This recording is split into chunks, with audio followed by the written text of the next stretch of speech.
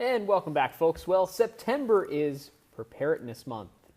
Guess you can understand why with the near miss we just took, Captain Hodge. We have Captain Hodge here with us, our Director of Emergency Management. Thanks for joining us on the program today. Captain Hodge, I just said it, a near miss. We had a big Category 4 hurricane out there. Looked like it was headed straight for the Chesapeake Bay, and thankfully it veered off to the west, or veered off to the east, excuse me. But that brings up a good point. People need to be prepared. What do you tell folks out there that are asking, what can I do? There's a hurricane coming. What should I do? Absolutely. And September is Preparedness Month, but it also coincides with the peak of hurricane season. So, you know, people that live in coastal areas that are that naturally get hurricanes need to be prepared. They can't expect the county government, the state government to be there immediately during the hurricane and immediately after the hurricane. And they have to be able to sustain themselves and their family for at least 3 days is what we like to tell people. And 3 days includes water, food, medications, food and any kind of medications for your pets and things like that. Because if the county's not going to be able to get to you, then obviously, you know, we're not going to supply you with water and food. So you have to be able to supply yourself. And many times if there's an emergency that catastrophic, like we saw with Katrina, stores may not necessarily be open. If they are open, there could be flooding anyway. So you may not be able to get to the store and get all those supplies. But when we talk about preparedness too, I know like right now we're in the heart of hurricane season, but we talk about disaster can strike at any time, any kind of disaster, so that it's important to always maintain some type of emergency kit in people's homes so that they can, like you said, sustain themselves for at least 3 days and their family and pets or whatever. So I guess we just want to make sure that people have things like their flashlights and batteries and NOAA radios and water along with the food and water. And if you have babies, you need diapers and that kind of stuff. What outlets do people have out there to get more information? I know there's a lot of websites. I know your website is very good. Certainly, and in combination with National Preparedness Month, the county did launch a new website, a Ready Anne Arundel link off the county's website, which is aacounty.org. And if you click on that, it'll lead you to a ton of links to state resources, federal resources. It teaches you how to make a plan. You brought up, you know, that families need to make a plan. Obviously, it's not good enough just to have a kit, but you actually need to make a plan. So if a tornado were to strike your house and your family gets separated, does everyone know where to go to meet? Right. Or are they just going to wander around the neighborhood? Right. So you have to have a plan. Make sure everyone in your family knows, you know, where to go in case of you're split up, who you can call, whether it be police, fire, or relatives, or even neighbors. So in addition to having a kit ready to go, you know, you need to have the plan in place. And you know, the fire department always talks about you need to have your plan needs to be just as basic as if there's fire in your home. Where will do your kids know where to go? Do they know how to act? You know, and not to touch the door to make sure it's not hot. And you need to practice those plans. So they can be very basic too about things that happen all the time, like a house fire. Certainly, or tornadoes. And you know, Anne Arundel County is susceptible to just about every hazard out there. You know, people don't necessarily equate Maryland with earthquakes, but we recently had an earthquake. Right. It wasn't very big, but we had one. We've had tornadoes in the past. So does your family know what to do in case of an earthquake or in case of a tornado? Do they know to go to the lowest part of the house, you know, try to stay in the center of the house away from windows? Right. All of that stuff is on the website. There are links to earthquake preparedness, links to tornado preparedness.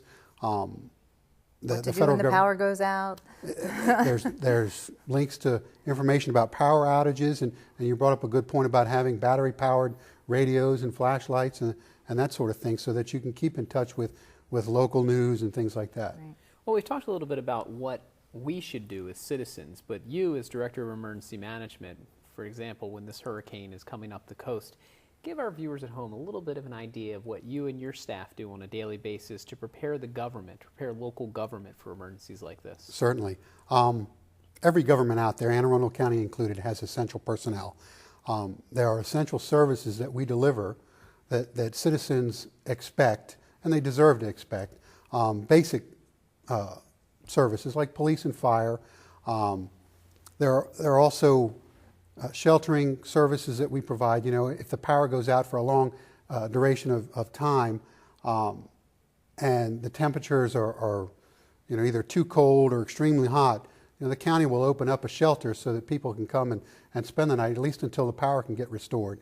So when we prepare for an event like a hurricane that's coming up, you know, we're prepping shelters with generators, with cots. We have an animal control, has a pet sheltering trailer, which is full of cages and food bowls and food.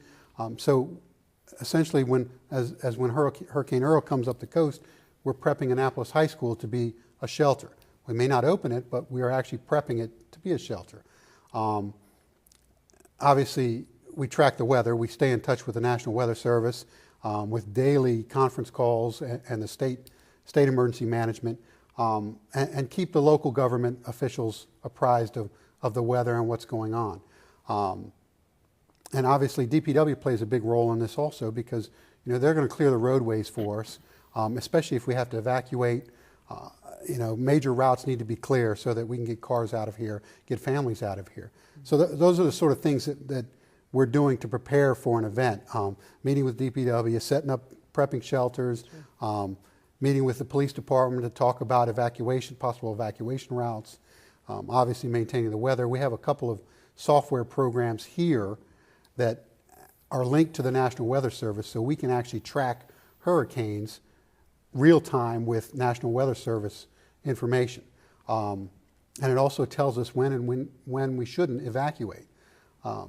So we monitor all systems that we have and just watch it closely, just like Hurricane Earl and just like Hurricane Fiona that is probably going to form, and maybe even Tropical Storm Gaston. So. And then, if need be, you would activate the EOC, and all the representatives for each department in the county would need to report to the EOC, and you would. Certainly, the EOC plays a vital role, and that's the Emergency Operations Center. Each agency that provides essential services has a representative respond to the EOC when it's activated, so that we can coordinate the county's response and provide essentially the best response for the citizens. We do have another tool in the tool bag there called Dialogics, which is a phone system, an emergency notification system. So if need be, we can put out an emergency notification system that goes out via telephone to whatever residents we choose who's going to be affected, warning them and giving them information about where they can respond to, who they can call, and things like that. Well, Captain Hodge, you and your staff do a wonderful job. I think it was evident by the response of the Emergency Operations Center under your command and your leadership during the snowstorm last year. We were able to get our roads cleared. We were able to get emergency personnel, had all the tools they needed to perform the tasks that they do out there in the field every day. An important task, an important event coming up when it comes to preparedness is on September 18th. Why don't you tell us briefly as we end the interview here about our Preparedness Fair? Absolutely. In honor of Preparedness Month, we're going to throw our first annual Preparedness Fair. And essentially, we're going to have it at the Greater Glen Burnie Improvement Association grounds. Same place they have the Glen Burnie Carnival. Right. Exactly. It'll be from 10 to 3. We're going to have police and fire demonstrations, exhibitions, essentially fire trucks and engines, some police vehicles. I believe the helicopter is going to be there, maybe the SWAT truck. Other agencies like the Health Department, the Department of Aging, Red Cross. The Red Cross, the Salvation Army. They're going to be there with information about how families can get prepared. There'll be some agencies, OEM will be there to talk about how we prepare the county for events and situations that come up. The Citizens Corps of Anne Arundel County and Annapolis City will be there, which is it's a volunteer group. They have a bunch of CERT members, which are basically volunteer emergency responders for their neighborhoods. They'll be there to provide information. There'll be some food there. I think the Anne Arundel County Fire Alarmers Association will be there providing free food and hot dogs and hamburgers. So it'll be a good time. And it's a family-friendly event. You have activities for the kids, I understand. Absolutely. And it's free, which that's our favorite word, right, Eric? Absolutely. Free. We love free. That's right. It sounds like it's going to be a great way for people to learn, and in the spirit of preparedness, get themselves prepared. Yep. Well, Captain Hodge, thanks for all you do for the citizens of Anne Arundel County, keeping us safe out there. And folks, we dodged a bullet with this Hurricane Earl, but this interview should tell you, Gaston, or what is that other Fiona. Fiona and Gaston, they're right behind Earl. So now is the time. Get prepared, make a plan, visit the website. Folks, stay with us. We'll be right back.